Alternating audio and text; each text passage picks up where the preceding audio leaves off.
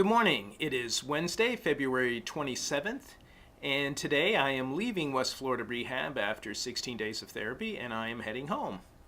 But before I do, I just wanted to take a quick couple of minutes here to get you up to date on what happened with Mike's big bladder experiment the other day, for those of you who are curious.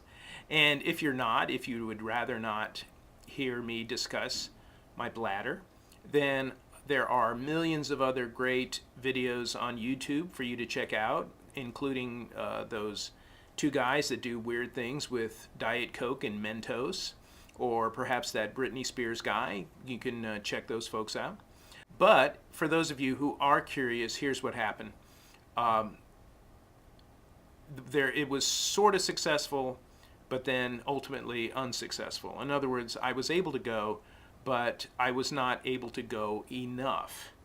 And the thing is about a voiding trial, it's the kind of test on which you really cannot cheat. In other words, I couldn't take the urinal and fill it up with water and say, hey, look, I just went 100,000 cc's. And they go, ooh, boy, yeah, that was really good. Because, as it turns out, they have a device that will rat you out. What it is, it's a bladder scan. Basically what it is, it's a lie detector for your bladder.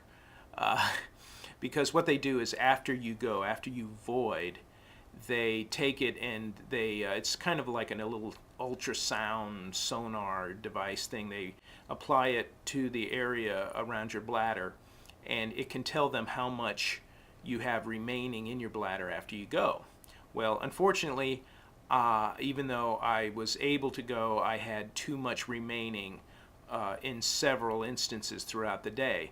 So what this meant was that I ran the risk of overexpanding my bladder without knowing about it.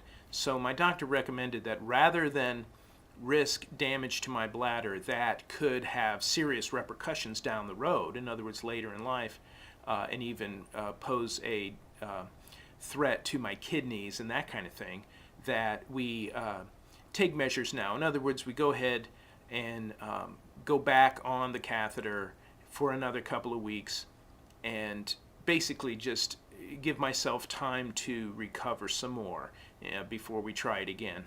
So again, having to leave the hospital with some plumbing attached is not the end of the world. It's only for a couple of weeks, and I'm really hopeful that things will get better. Will go better 2 weeks down the road. So we'll see. Keep your fingers crossed.